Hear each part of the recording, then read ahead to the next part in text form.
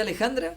Bueno, hoy, como veníamos hablando tanto de las mujeres, Sí. vamos a hablar de otras mujeres, que son las mujeres de San Martín, que capaz que no son tan conocidas, o quizá, bueno, sí, su hija, la más conocida de todas, pero bueno, vamos a hablar un poquito de quién era su esposa, su hija y sus nietas, que tuvo 2 nietas San Martín. Entonces, bueno, empezamos con María de los Remedios del Carmen Escalá de Quintana, que fue su mujer. San Martín viene de España en 1812 a lo que eran las Provincias Unidas del Río de la Plata, y la conoce en una tertulia a Remedios, que tenía 14 años. Remedio nace en 1797 y es de una familia muy encumbrada de Buenos Aires, eran millonarios sus padres, y bueno, ellos manejaban, eran como en círculo rojo, manejaban a todos los comerciantes, los empresarios, a la gente importante que se encontraba en Buenos Aires en ese momento. Por eso muchos dicen que en realidad San Martín se quiso casar con Remedios porque de alguna manera le daba lugar a poder entrar en lo que era la sociedad de Buenos Aires. Pero después se pudo desmitificar eso, porque en realidad cuando uno empezó a conocer un poco, a leer un poco a San Martín y ver su personalidad, nada más alejado de querer ser famoso. Nada más alejado de querer ser del jet set, ni digamos, pertenecer. Totalmente. Así que eso, digamos que hay un montón de cosas que se dicen que fueron una campaña contra San Martín, entre ellos Rivadavia fue el primero porque fue su acérrimo enemigo, y siempre trataron de ensuciar la imagen de San Martín, pero también la imagen de Remedios. Era muy común en esa época esto de agredir no solamente al contrincante masculino, sino a su pareja, ¿no? Era muy común en esa época y lo sigue siendo ahora en la actualidad. Hay cosas no que no cambió. Eso no cambió. Claro. Y bueno, se conocen cuando ella tenía 14 años, él tenía 30, y se enamoran. De tal manera que San Martín dijo: esta mujer me miró para siempre. Ay, qué bonito. Qué frase. Una frase, la verdad que llega. Bueno, se conocen y en septiembre se casan en el mismo año, o sea que están 6 meses de novio. Con la contra de la suegra, que no quería saber nada de este morocho que venía de España. Gustavo. Bueno, con sus comentarios graciosos. De este morocho que venía de España, no le gustaba nada, le decía el soldadote, el plebeyo, bueno, no quería saber nada porque no era una persona ni conocida, ni con títulos, ni con ninguna situación económica no tenía que un favoreciera. apellido de alcurnia, como decían en aquella época. Exactamente. Entonces, bueno, se ve que Remedios tenía carácter porque se impuso ante el padre y la madre y logró lo que ella quería, que era casarse con el amor de su vida, que yo creo que fue el amor de su vida, a pesar que, como te digo, siempre quisieron manchar la imagen diciendo de que ella le era infiel, y en realidad después se dijeron de que habían habido algunos granaderos con los que había tenido relaciones, no coincidían las fechas, fue todo un tema de ensuciar la imagen de ella, que en realidad era una persona muy joven y muy frágil también de salud. Bueno, se casan entonces en 1812 y se van a vivir a San Isidro, que tenían una quinta, y pasan su luna de miel ahí, y ya al tiempito San Martín empieza a armar el ejército granadero, se tiene que ir al norte, prepara la batalla de Chacabuco, entonces ella lo veía muy esporádicamente. Prácticamente han convivido muy poco tiempo San Martín y Remedios, lamentablemente para ella. En 1814 lo nombran a San Martín como gobernador de la Intendencia de Cuyo. Entonces se van a vivir a Mendoza. Ella parte a Mendoza y ahí es donde empiezan a tener una vida de casados. Empiezan a estar juntos, sí. Claro, ella lo acompaña, y ella lo acompaña también en la política, porque vos pensás, Mercedes fue la primera patricia mendocina. Ella es una de las que forma la campaña para juntar las joyas, para hacer el cruce. En realidad la idea fue de ella, y también es la que hace la bandera, el estandarte que lleva San Martín en el cruce de los Andes. Entonces ella, digamos, hace un esfuerzo enorme para ayudarlo en la campaña, lo acompaña, era una mujer... Una verdadera compañera. Una gran compañera que también hizo política. Vos fíjate que todas las mujeres que van rodeando a estos grandes próceres también lo acompañan en la carrera, ya sea armamentista, política, porque muchas mujeres también de quienes eran generales los acompañaban a las campañas, digamos a las batallas. Eso no lo cuentan. Algunos historiadores sí, pero en general no lo cuentan, que muchas se iban con sus hijos.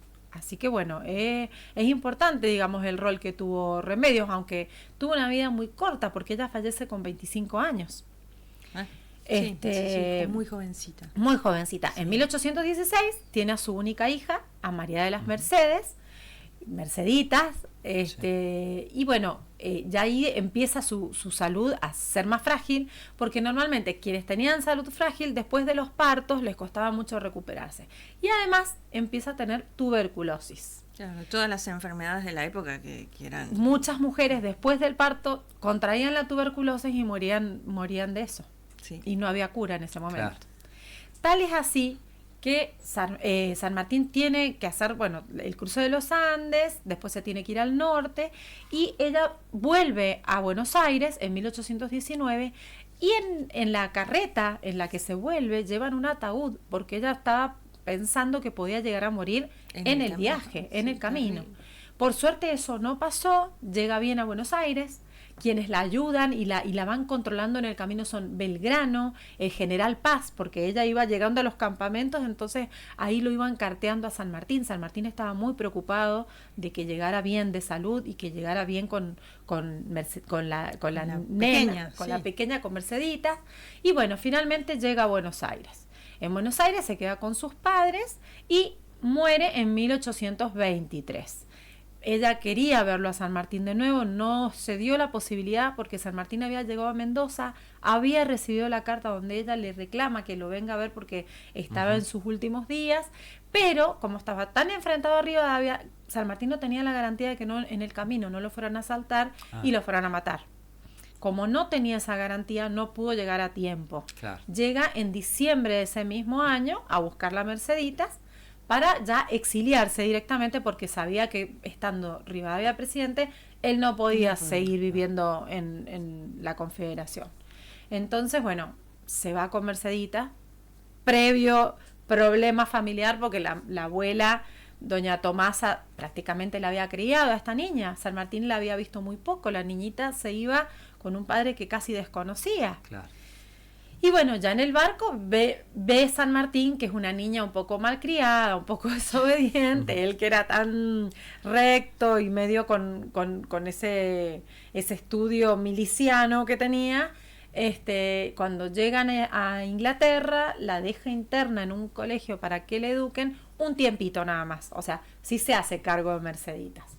Ese tiempo que le educan, él busca una casa y terminan viviendo en Bélgica. Y en Bélgica transcurre, digamos, una etapa de mucha tranquilidad para él, no económica, pero sí de tranquilidad emocional, porque bueno, la va criando, ella va creciendo y empieza el problema del cólera en Países Bajos y en la zona de Bélgica. Entonces se asustan y deciden trasladarse a Francia, a una zona cercana a París. ¿Por qué? Por este miedo de que como veían que se estaban contagiando de cólera mucha gente, que estaban muriendo, entonces decidieron huir. Pero cuando llegan a París se enferman los dos de cólera. Primero Merceditas y a los 3 días cae San Martín enfermo. Y ahí es donde aparece la figura de Martín Balcarce. Martín Balcarce era un médico argentino, hijo de un diplomático, que parece que era muy instruido y se termina enamorando de Merceditas, que bueno, Merceditas tenía 17 años, tampoco era tan chiquita. Para la época ya era mayor, te diría que ya era claro. Y bueno, San Martín inmediatamente con Balcarce hace un clic porque era una persona muy instruida, muy educada, los trató muy bien a él, la trataba muy bien a Merceditas, la acompañaba a Mercedita en todo, era súper respetuoso. Y se casan. Y tienen 2 nenas. Tienen a María Mercedes en 1833 y a Josefa Dominga en 1836, que le ponen Josefa por San Martín en realidad. Claro. Y a Josefa Dominga le decían Pepa.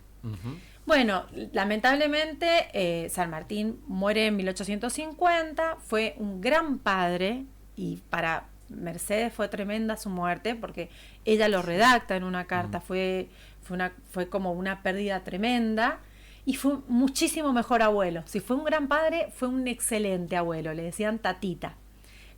Sus nietas lo amaban y su nieta preferida era Josefa, Pepa, ¿por qué hablo de Pepa? Ahí viene. Porque María Mercedes muere muy joven, muere con 25 años, muere antes que su mamá, antes que Merceditas de San Martín.